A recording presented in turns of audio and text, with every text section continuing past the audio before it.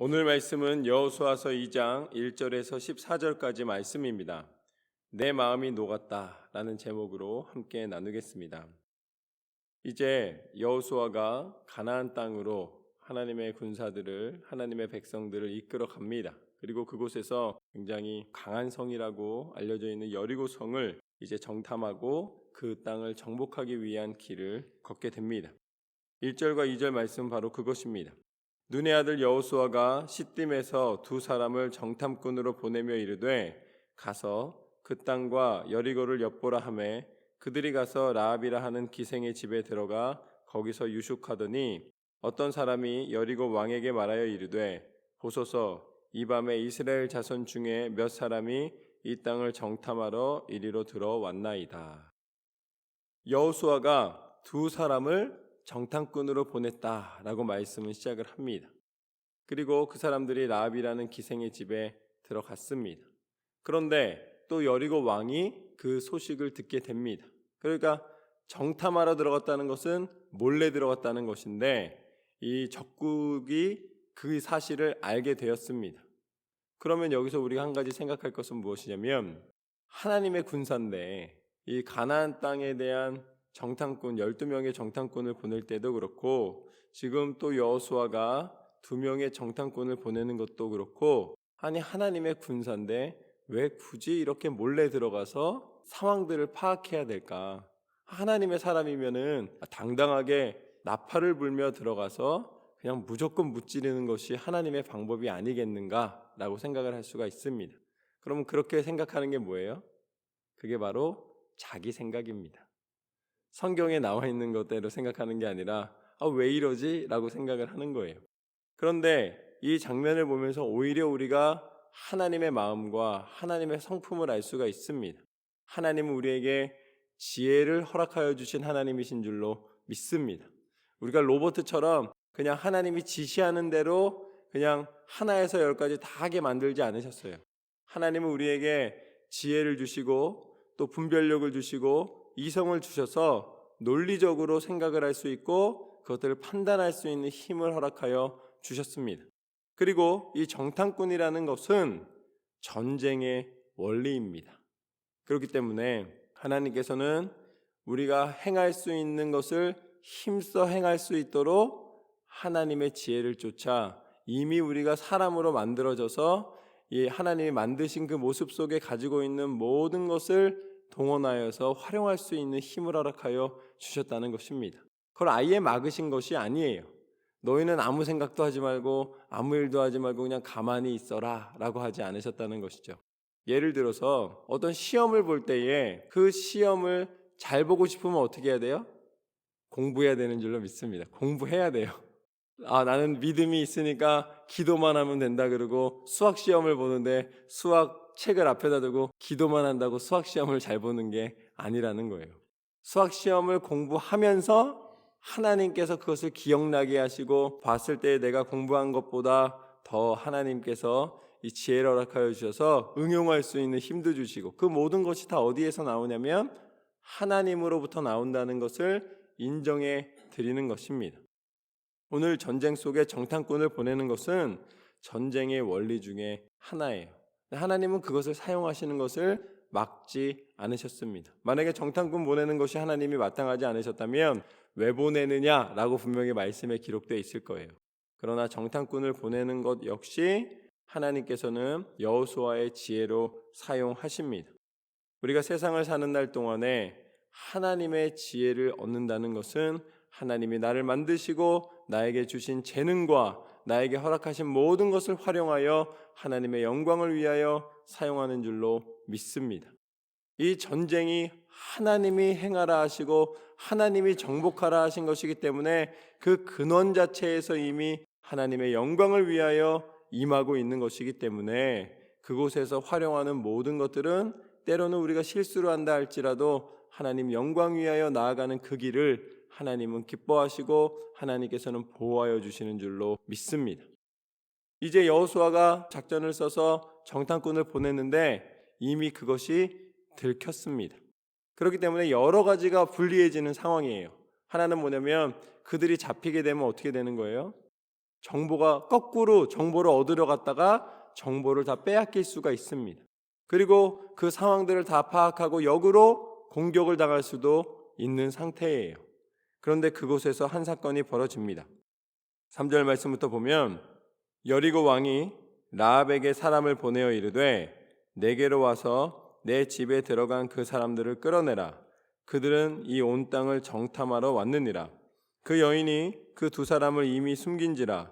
이르되 과연 그 사람들이 내게 왔었으나 그들이 어디에서 왔는지 나는 알지 못하였고 그 사람들이 어두워 성문을 닫을 때쯤 되어 나갔으니 어디로 갔는지 내가 알지 못하나 급히 따라가라. 그리하면 그들을 따라 잡으리라 하였으나 그가 이미 그들을 이끌고 지붕에 올라가서 그 지붕에 버려놓은 3대에 숨겼더라.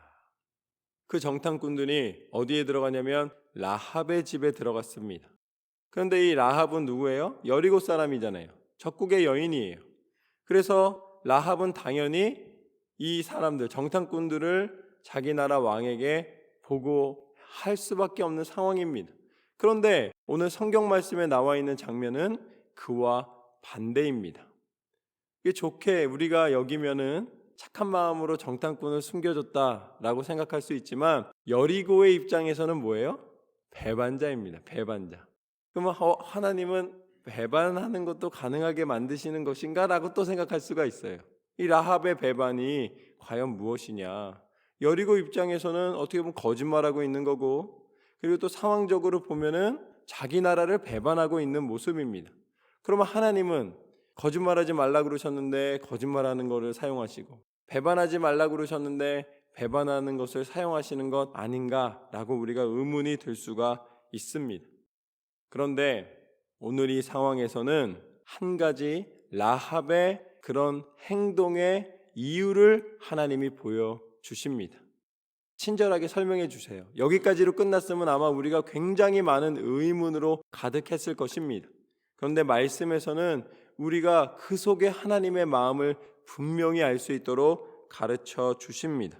그게 무엇이냐면 7절 말씀부터 보면 그 사람들은 요단 나루터까지 그들을 쫓아갔고 그들을 뒤쫓는 자들이 나가자 곧 성문을 닫았더라. 또 그들이 눕기 전에 라합이 지붕에 올라가서 그들에게 이르러 말하되 여호와께서 이 땅을 너희에게 주신 줄을 내가 아노라.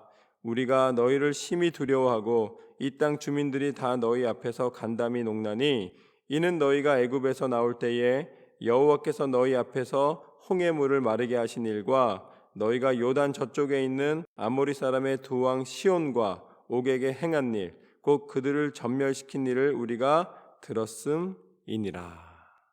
할렐루야. 라합은 이 여리고에 지금 속해 있지만 이스라엘 백성에게 행하신 하나님의 일을 들었을 때에 홍해 사건을 들었고 그들이 이 땅 가운데 와서 정복의 일을 하나님이 행하라 하신 대로 순종하고 이루어 나가고 있는 그 소식을 들었을 때에 그 라합은 몸과 모든 것은 다 여리고에 속해 있는 것처럼 보이지만 오늘 이 장면에서 우리가 알 수 있는 것은 라합은 이미 하나님의 믿음의 사람으로 변화됐다라는 것을 볼 수가 있습니다. 현재 여리고에 살 뿐이지 이미 그 안에 하나님의 사람으로 바뀌어 있는 거예요. 그러니까 하나님의 사람이 하나님의 사람을 돕고 있는 것입니다. 여기서 우리가 알 수 있는 것은 우리 기독교는 특별히 하나님을 믿고 하나님 앞에 나아가는 우리는 깨달음의 종교가 아니라 믿음의 종교인 줄로 믿습니다. 언제 우리가 하나님의 사람으로 바뀌냐면 우리 안에 하나님께서 주시는 믿음이 들어왔을 때에 우리는 하나님의 백성으로 살아가는 것입니다. 내가 미국 사람이냐, 유럽 사람이냐, 아니면은 아시아 사람이냐, 이런 인종으로 나뉘는 것은 태어날 때 우리의 육신을 통해서 나뉘는 거예요. 그렇지만 하나님 앞에서 이제 그 모든 것을 초월하여 하나님의 사람으로, 하나님의 백성으로 바뀌는 것은 무엇을 통해 바뀌느냐? 믿음을 통해 바뀌는 줄로 믿습니다. 믿음의 영역을 통하여 하나님은 하나님의 백성을 구별하십니다. 학벌도 아니고 명예도 아니고 그 어떤 것도 아니에요.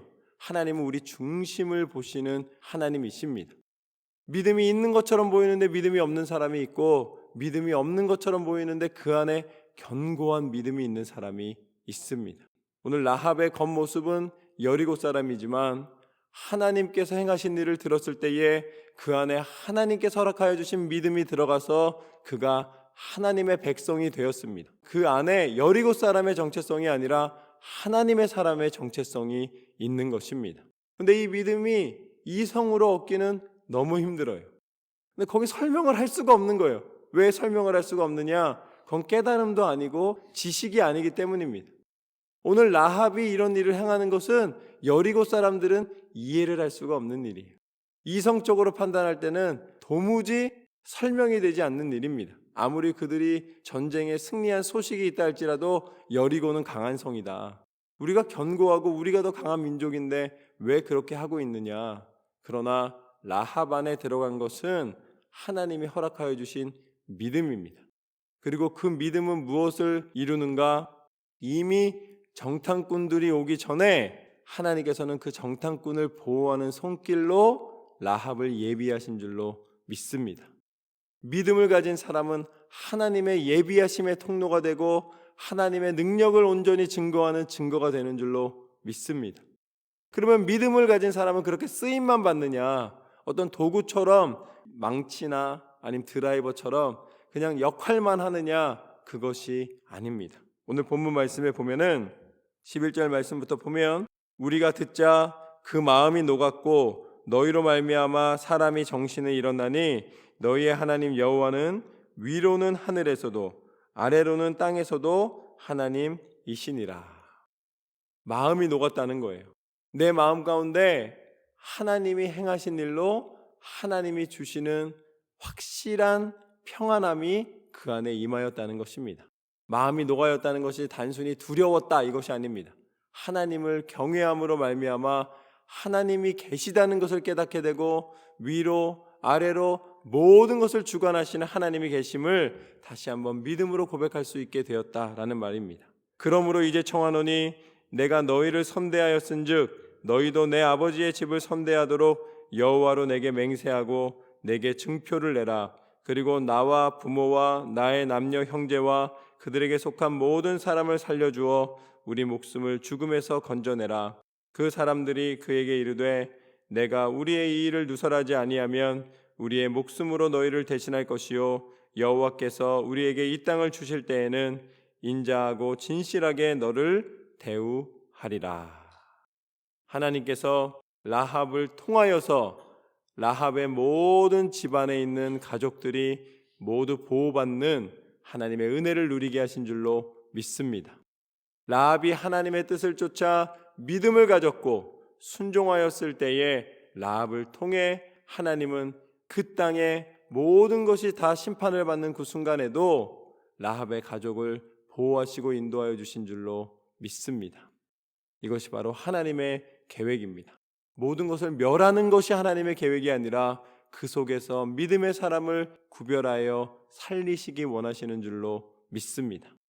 그런데 이 장면에서는 라합의 그 가정을 믿음으로 구원하신 것처럼 하나님은 이제 이 구원의 섭리를 온 땅 가운데 나타내시기를 원하십니다.